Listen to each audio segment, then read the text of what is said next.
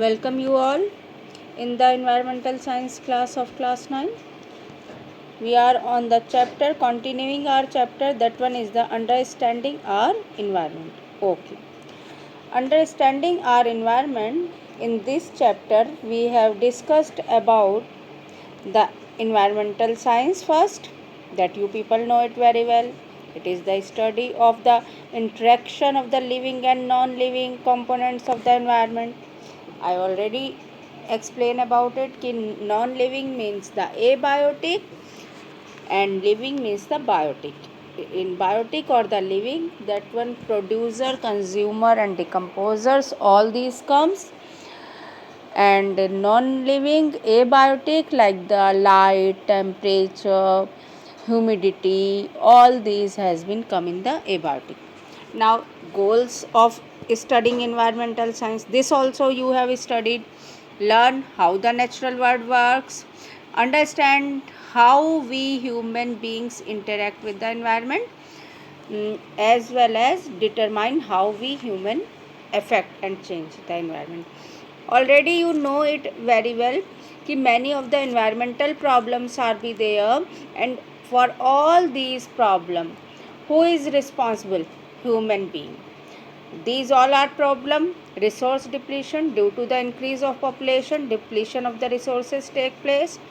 Loss of biodiversity is also because due to the increase of population, human being they destroyed the habitats of many of the species. So pollution, human being is responsible for pollution, you know it very well. So for all the environmental problem we have to say who is responsible? Human being. Okay. Ozone depletion, as well as ozone layer depletion, as well as deforestation, in which the plant has been cut down in a large amount, in a large quantity, as well as climate change. It results into the burning of the fossil fuel. Ocean acidification, which is caused by the excessive production of carbon dioxide. Okay, so ocean absorb approximate 25% of the human carbon dioxide emission, and when the gas then combines with other elements to form such as carbolic acid, so it results into the increase in the acid in the that one is ocean. So it results into dissolving the skeleton of the creatures. Now overfishing it takes place, so it results into the what happened in that case, that depletion of the demand for seafood is more, so it results into overfishing. So some approximate, it has been estimated that approximate 2050 no 2050 that there will be no fish left in the sea. Now root cause of environmental pollution, that one already discussed. Overpopulation, so that's why overpopulation, it results into the overconsumption of the resources. Okay, so in that manner, the root cause of environmental problem, which is overpopulation, it results into overconsumption of the environmental resources like the water, food, fuel, so it get depleted. That's why we have to solve this problem. And how we have to solve? By sustainable world. And how this sustainable world has been come? Due to the sustainable development. Okay, sustainable development, what is that? It is the sustainable development, it is the development, or we have to say meets the need of present generation without compromising the ability of the future generation. Okay, so what are then we have discussed what are the aims of that sustainable development. What are its aim? What are the aim of sustainable development? First one is the That aim already we have discussed, minimize the use or wastage of non-renewable resources. Minimize the use of non-renewable wastage of non-renewable resources such as the fossil fuels by following principle of 4 R's. What are these 4 R's?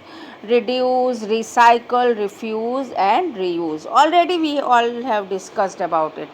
So if we reduce the use of this type of fuel or that type of fuel which is responsible for pollution, or otherwise we have to recycle. So many of the otherwise reuse. So in that manner we have to minimize the use or wastage of non-renewable resources. After that, second one is the, what is that? Sustainable use of renewable resources. It includes the use of such as soil, fresh water, forest. So all these things are be there in that one, renewable resources. Then next point, what is that? Keeping within the absorptive capacity of the, that one, local and global sinks for water.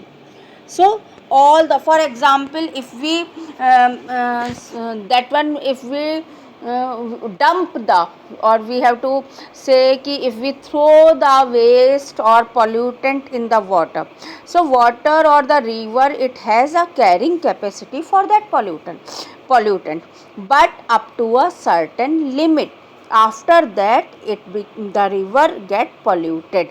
Okay, so that one we have to take care the absorptive capacity of the local and global sinks for waste.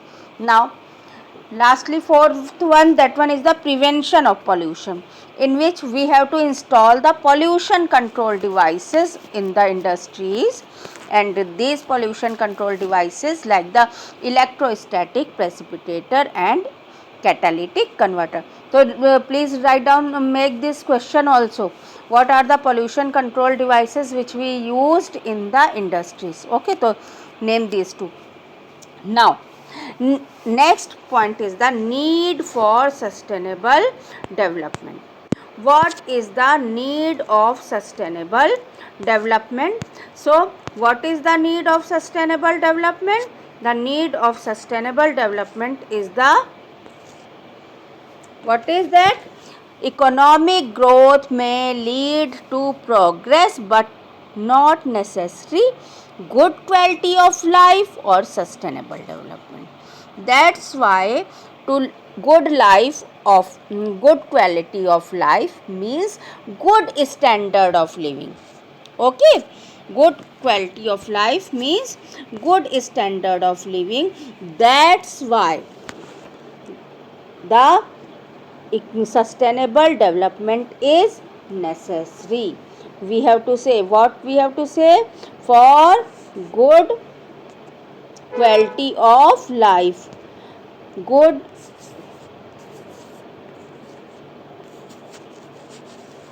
quality of life. Okay, so for good quality of life the sustainable development is necessary. Now we have to come to our next point. What is that point?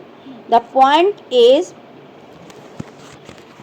global perspective of environmental problems. Global perspective of environmental problems. In that, what we are going to study? We are going to study that the environment has to be protected by both the developed and the developing countries. But the difference, what is that difference?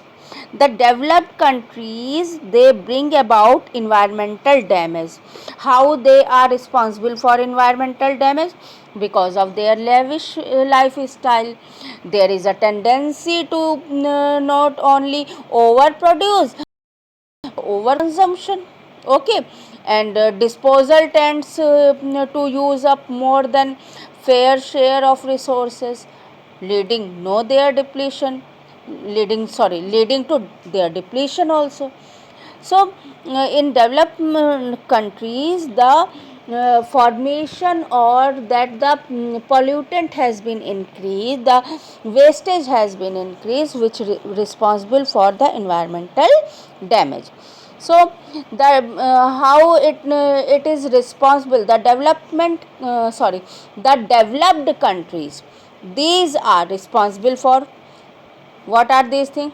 Greenhouse effect, ozone depletion, acid rain, resource depletion. For all these that you people are able to see, here it is. That's why it is the developed countries can avert environmental damage. The developed countries, they are also able to responsible to check the environmental damage. How they are able to make check the environmental damage? Check means protect, prevent. Okay. So by reduce emission of greenhouse gases, by use of ozone friendly technology, by use alternative sources of energy, as well as use eco-friendly technology, reduce overconsumption also. So in that manner, these developed countries are responsible for environmental damage, as well as they are able to check or prevent the environmental damage by its conscientious effort. Okay, so in this video I am providing you this much, and I will continue that part. Thank you and have a nice day.